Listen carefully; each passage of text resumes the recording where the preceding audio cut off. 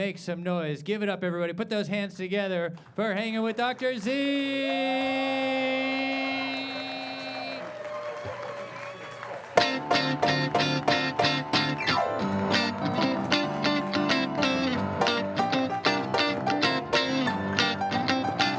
Live from Dynasty Typewriter, here in the heart of Miracle Mile and the anus of Alameda, it's Hanging with Dr. Z. Tonight, Dr. Z welcomes his guests, Peacemaker big boy Steve Agee, comedian and licensed chiropractor Kristin Chirico, and the brand new owner of the Gower Gulch Denny's, Jonah Ray. Music, of course, by Rusty Steele and the Steel Wheels featuring Remington Steele. And now, City of Industry's loss is Hollywood's gain. The doctor will see you now. Dr. Z!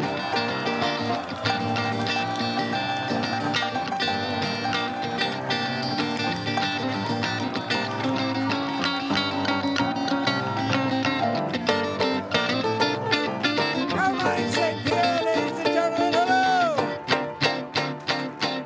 Hello, is this on? Yeah.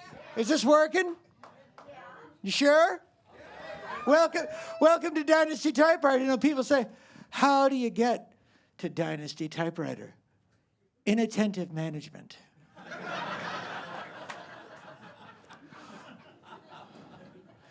This is Dave Lang and John Dynasty and the Steel Wheels. And this is Rusty's brother, Remington Steele, no relation. Where's your, Remington, where's Rusty? He got picked up by ICE. Oh, that happened. It happens. I thought he was born, he's Canadian. Yes, some people thought he was Prince Harry.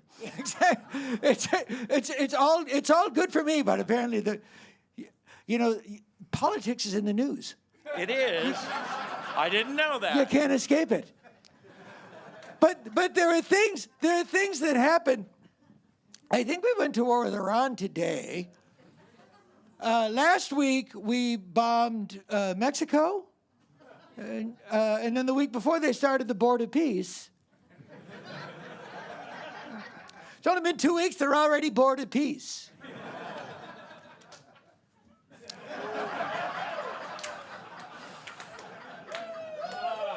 See, this is why I miss Johnny. Now, Johnny was a friend, and I don't want to speak ill. But what I loved about Johnny was that he would say, he would live in this moment that we're in now. He would somehow make it seem benign, just because he would treat it with a little like distaste. Not distaste, but he has a separate, he'd just be above it somehow. I saw they're tear gassing protesters.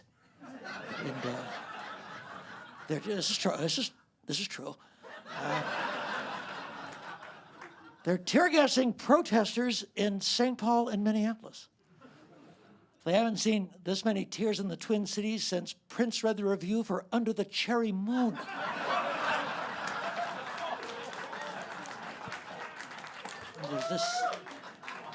That was the sequel to Purple Rain.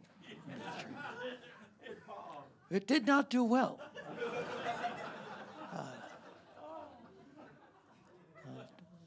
Trump is still working on that ballroom. He's trying to get money to pay for the ballroom. Vladimir Putin said he'd buy back Melania. Now, a lot of people think I'm making a human trafficking joke. I'm not. I'm just implying she's a prostitute.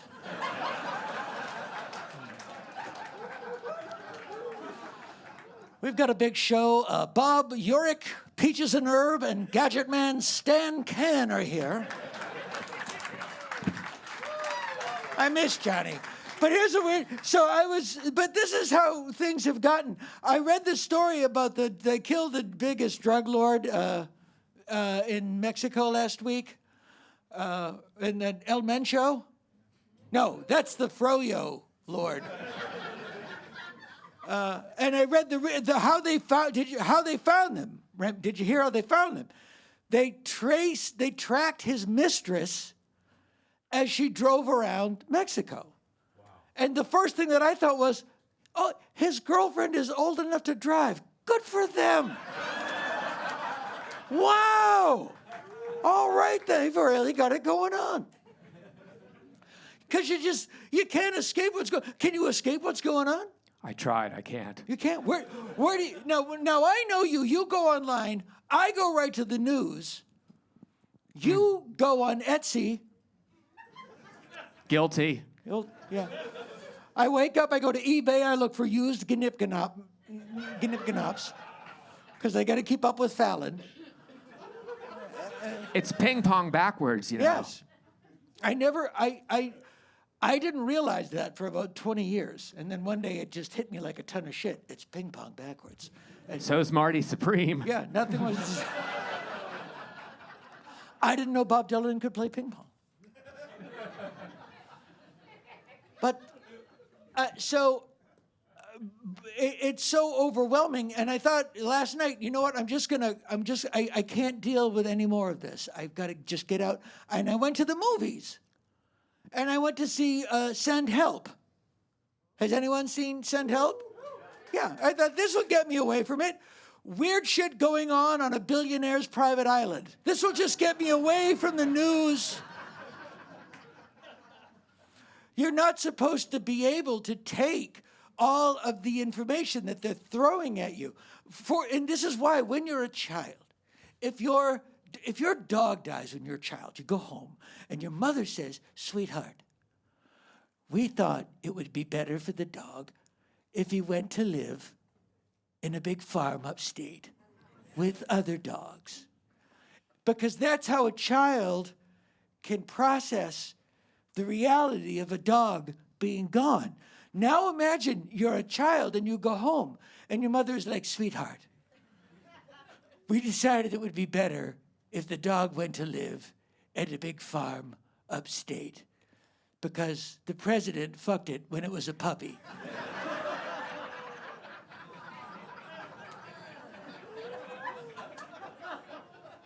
Do you see how that would be harder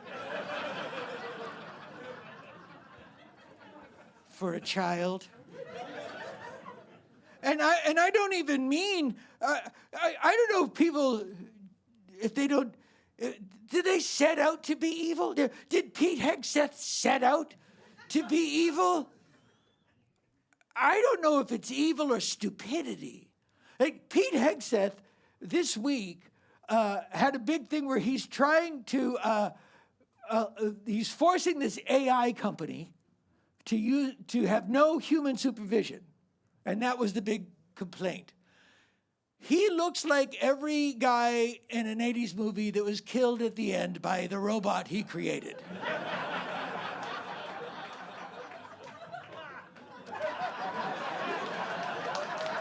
Those who don't learn. But you always have to look at the bright side. Donald Trump's State of the Union was an hour and 40 minutes, which is really a triumph of adult diapers. Because normally, after an hour, you look like you've got a pool floaty under your pants. Good for him. Good for him. But this is the point I was making. Can I ask you a question? What's your name? Michael. Hi, Michael. Welcome to the show. Thank you for coming to the show. But I wanted to make a point about how people don't. And to speak to the song we're going to do next, people don't set out to be evil, but they seem to find their way there. Michael, let's assume that you are making love. And Michael, it's going great. You're present. You're in the moment, you're aware of your partner's needs, you're making eye contact, you're sensitive and caring. Not so sensitive and caring if that's required.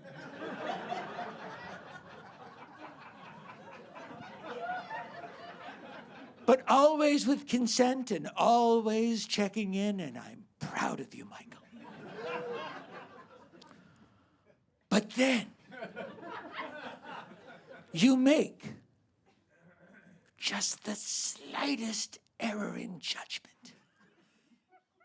And with only the best intentions, you shit the bed.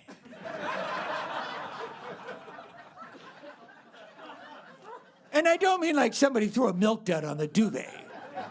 I mean like somebody dumped a tray of lasagna down the back of your legs.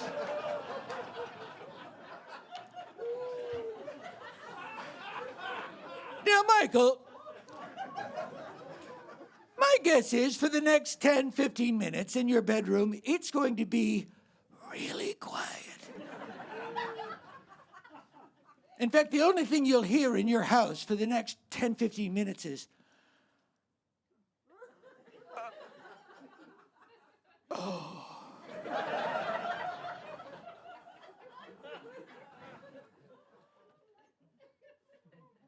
Oh. And then, there's only one way to get out of that situation. Murder-suicide. But like a lot of murder-suicides, halfway through, it becomes a murder, gee, I feel a lot better now.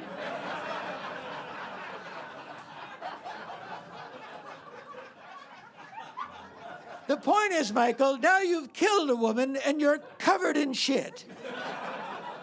But that wasn't your goal at the start of the night. So who's really the victim?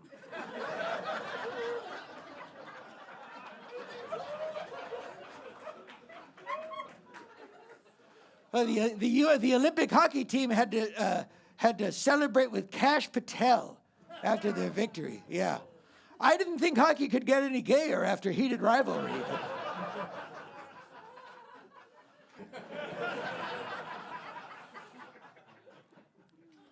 Couple players named Bruce.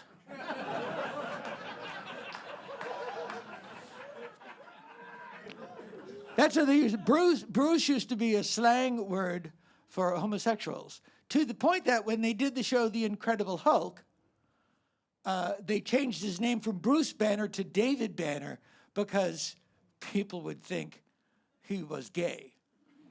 They were cool with him being a monster. But the Hulk is one of those things, I want to believe it's true. I do.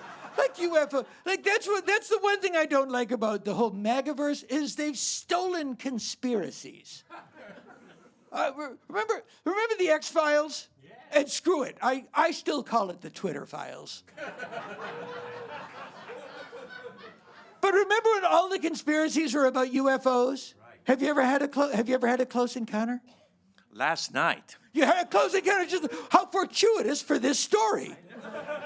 Do tell. I saw a big bright light and then my grandma appeared. Interesting. Now, is your grandma alive? No. Ah, that might have been a ghost. Oh, never mind.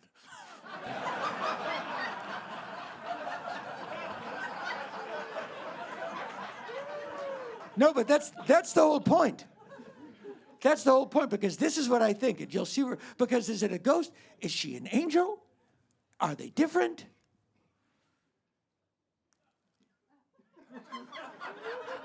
Two of the funniest words in comedy, Jeffrey Epstein.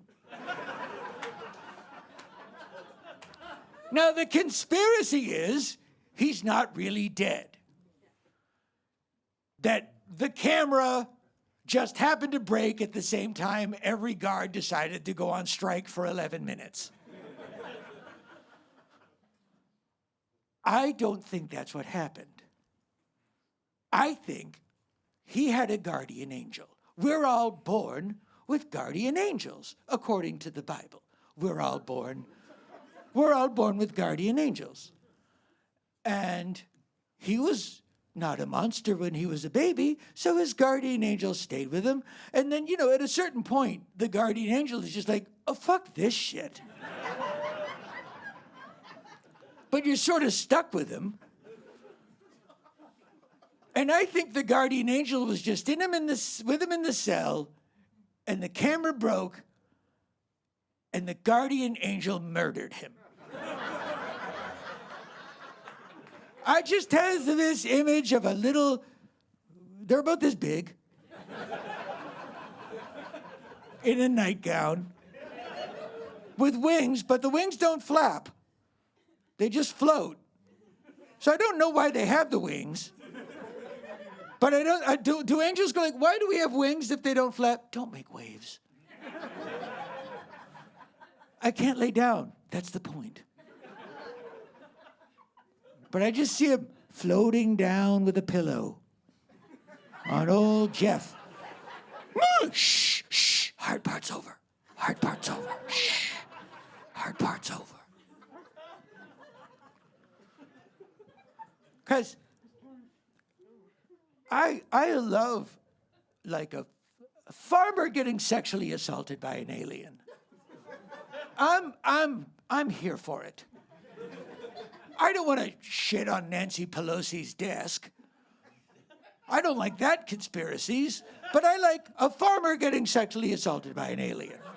Or Bigfoot is an interdimensional being, and he can disguise himself as an alien to sexually assault farmers. It really all comes back to farmers. See, if you ever watch Ancient Aliens on the History Channel, anybody? That's another way of asking, have you ever been in a hotel?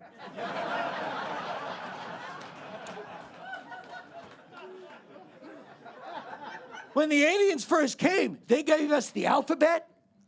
They taught us how to build the pyramids.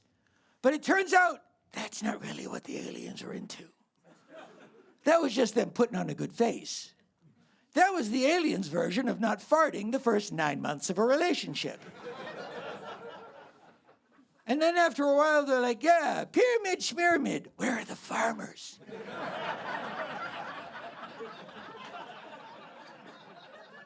When do you guys get agriculture? I don't know if you've ever heard a pair of bib overalls hit the deck of a flying saucer, but it's pretty goddamn sweet.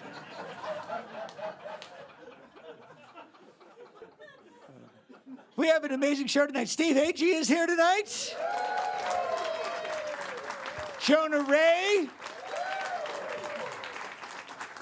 Kristin Chirico is here. Guillermo del Toro is going to come out and explain why he's the only man in the history of Hollywood that makes monster movies where the girl wants to fuck the monster.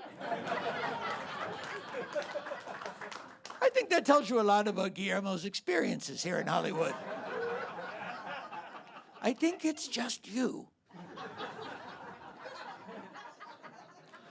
But the point of a lot of those things was that that we evolve as a society, and things change and they improve for the better. And the political world is not always at the same stride with cultural awareness. And you have to keep that in mind. Don't get me wrong, we're all doomed. I know things are terrible now. Anyway.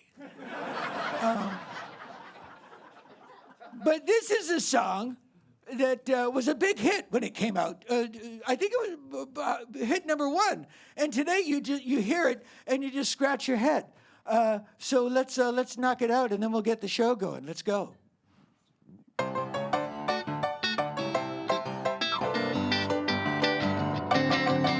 I got a girl, she's cute as she can be. Well, she's a distant cousin, but she's not too distant from me. We kiss all night. I squeeze her tight, 'cause we're kissing cousins, and that's what makes it all right, all right, all right, all right. But we all know that it's not all right.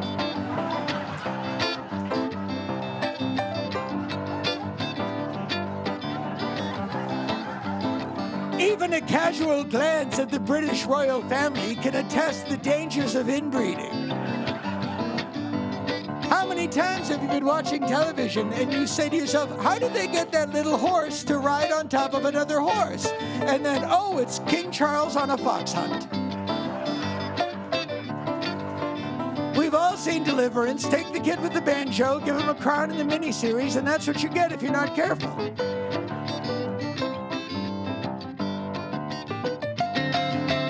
I know a girl, she taught me how to live. Well, she gives a lot and she's got a lot to give. We kiss all night. I squeeze her tight. 'Cause we're kissing cousins, and that's what makes it all right, all right, all right. And to be fair, it is all right as long as you don't mind lower than average height, decreased eyesight, bad hearing, sloping posture, having your back teeth look like your front teeth, zero immune function, 6 toes, and enjoying hee-haw unironically. You have to be up for that. 'Cause we're all cousins, that's what I believe. Because we're all children of Adam and Eve. That's really the lyric. That's really the lyric. This was written by 2 besooted hillbillies. I forget their names, Brendan Starr and someone else. And that's their theory, that we're all descended from Adam and Eve, so it's open season. But here's the thing, the more you look at the story of Adam and Eve, it slowly dawns on you that it might not possibly be true. Let's just step it out. There's Adam and there's Eve, and then they had 2 sons, Cain and Abel. And then Cain murdered Abel. Fun fact about humanity, we couldn't get to 5 people without a fucking double homicide.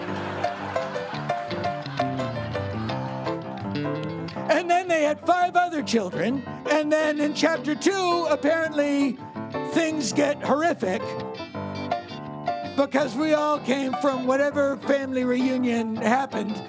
And that's what this song is about. This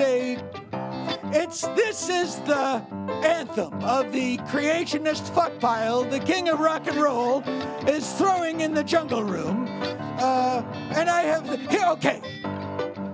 But that's music. Let's time travel now. 1973. If a year could have bell-bottoms, it was 1973. New York City. Gene Simmons walks into KISS headquarters. And he says, guys, I've got an idea for a song. And Paul and Ace and the other guy say, okay, what's the song? And Gene says, it's called Kristin 16. And they say, okay, what's it about? Oh, it's simple.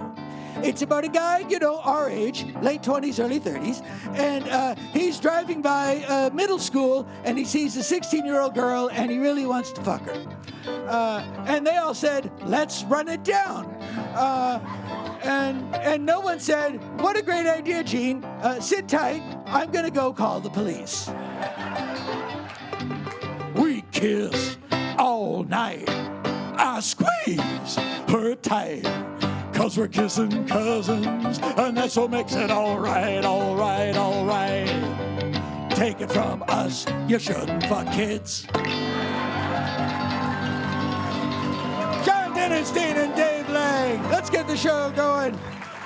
Carmine St. Pierre, Remington, Steele. Remington, come on over, sit down. Oh, my dogs are barking. Oh, my goodness. What a great night for a war to start. It really is.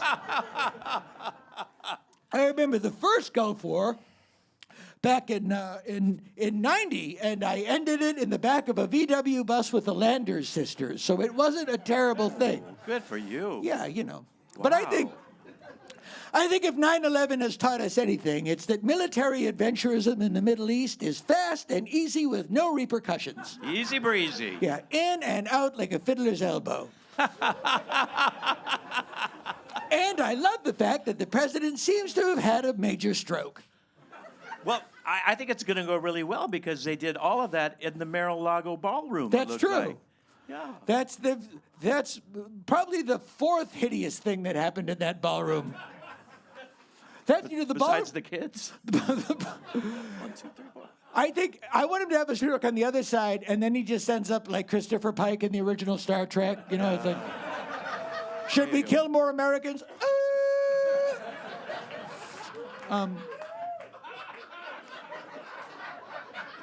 He's gonna get that Glendale. He's gonna get that ballroom going. I can't wait. He's like a Glendale realtor. He's just flipping the White House. He's in.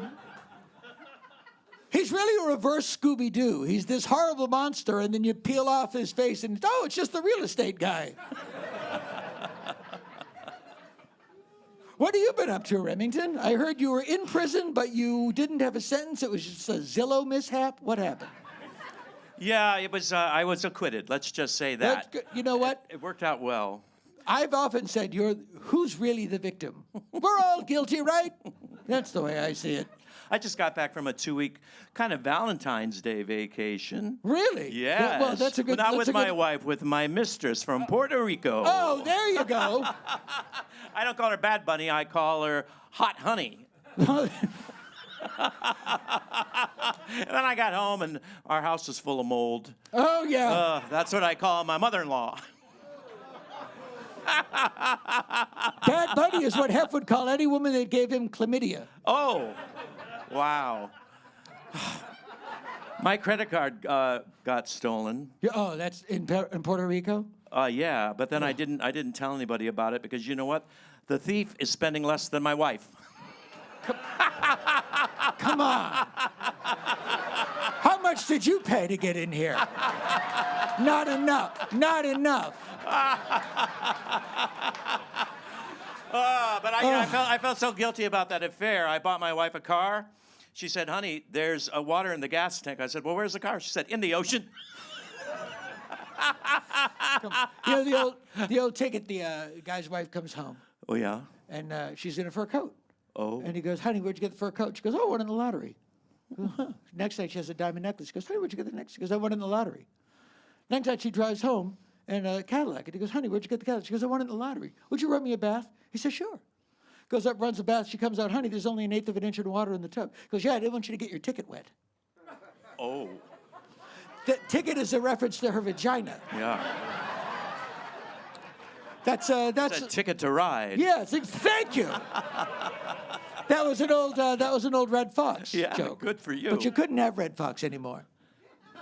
You couldn't do Red Fox today. He would have been shot at birth. Speaking of birth, you know, I have a son, and I'm not really sure that he looks. I don't know. I don't think he's my kid. Oh, now really? he looks just like me, but he doesn't have any STDs.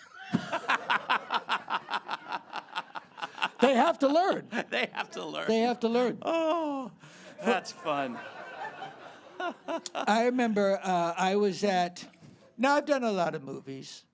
I'm mostly famous for Planet of the Apes, but I've done a lot. That year I made a little film called Clam Bake. Thank you very much. And when Hollywood makes a better Elvis Presley movie. Yes, another Elvis Presley movie. And I'll tell you something else. When Hollywood makes a better movie about a clam bake, I'll be in it. But it was the night. It was the night before. It was the night before my wardrobe fitting for Apes, and I went to I didn't know what was gonna, but it was called a psychedelic bris at Dennis Hopper's, and I wasn't gonna miss it. And Charles Napier gave me a brownie, and I ate it, and I woke up 4 months later on Robbie Krieger's roof, convinced I was a family of crows. Long story longer. I had a case of the crabs that, well, let's just put it this way. I had an entourage up to the bicentennial. Oh. Yeah. Yeah. Foaming. Wow. Yeah, it was. The whole thing. Yeah, but that was the 60s. You know, It was the 60s. We were just filthy. But I'm glad. I'm glad that the things that happened in the 60s didn't happen now because all the news now you've got to get both sides. You know, I'm glad I didn't have to turn on Fox and hear about how do we know Sharon Tate didn't jump on the knife. And those poor people were just wandering through her house. Yeah. There aren't two. They're too soon.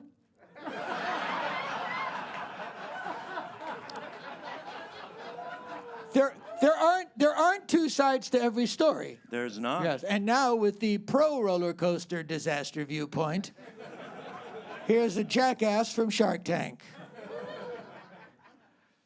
So, how old is your son without STDs? He's 2. It'll happen.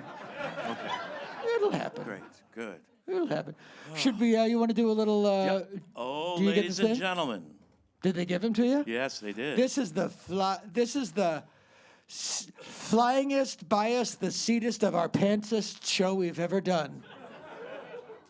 Ladies and gentlemen, are you ready? We tonight have a seer, a soothsayer, and a psychic. He's all the way from the motion picture home in Woodland Hills. He's with us tonight. He's going to do a few wondrous things with his mind. I have some envelopes in my arm.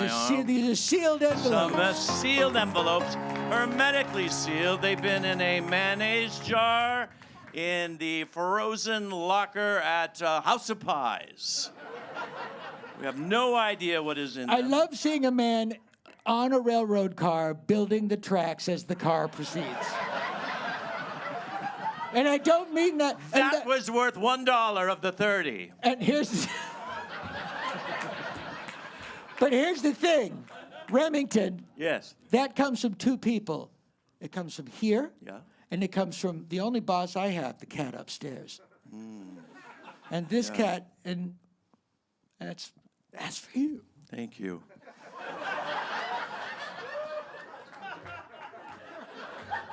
Is it okay if I tell you now that I'm not really married and that I'm gay? You must. I made it all up. Anyway. You don't let's look like a continue. hockey player. Well, you haven't seen this butt. Okay. All right. Talk about stick Did you handling. see that? Did you see the... Talk about stick handling. I've seen. I'm going to tell you something. I've had a lot. I wear a lot of hats. Yeah.